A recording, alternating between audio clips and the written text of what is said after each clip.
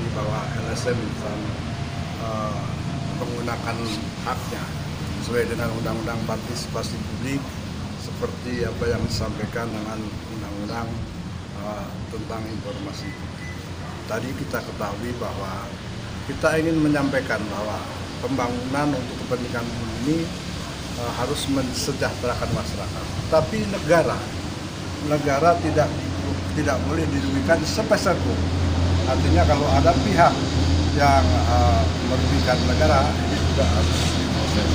Tadi kita ketahui bersama bahwa sangat aspiratif sekali Ketua Pengadilan Kabupaten Sumedang ini menerima kami. Kami menjelaskan bahwa ada kondisi yang perlu disikapi terhadap proses gugatan sederhana ini. Karena apapun masalahnya waktunya hanya 25 hari. Bagaimana memeriksa kuasa dari para penggugat, kuasa insiden prosesnya dibuatnya seperti apa dan sebagainya. Terus menentukan bahwa kuasa itu adalah penerima kuasa itu adalah ahli waris dan sebagainya. Itu kan ditetapkan oleh kepala desa.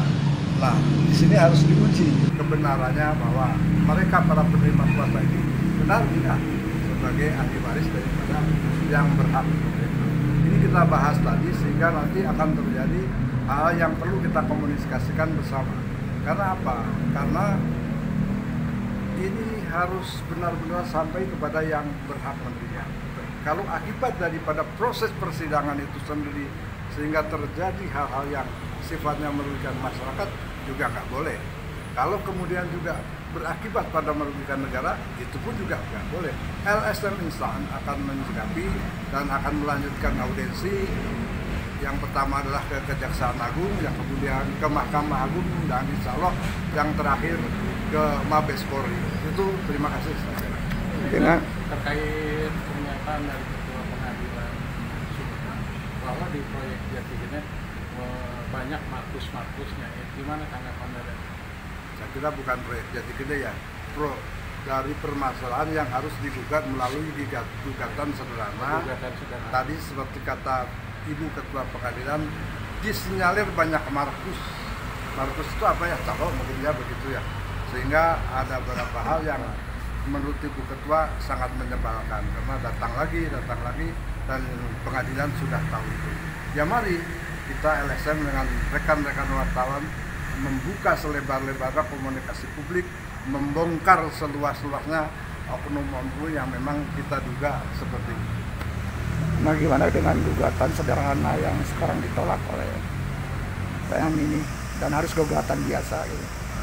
Mereka beralasan bahwa Satker ini sudah pindah karena di dalam konstruksi undang-undang atau peraturan Mahkamah Agung nomor 2 tahun 2015 yang sekarang diganti dengan peraturan Mahkamah Agung 248 tahun 2019 itu tergugat itu harus berada di domisili wilayah hukum Pengadilan Kabupaten Sumedang, sehingga mereka tidak bisa dibuat lagi. Tapi kita harus mencari solusi bahwa apakah harus seperti itu?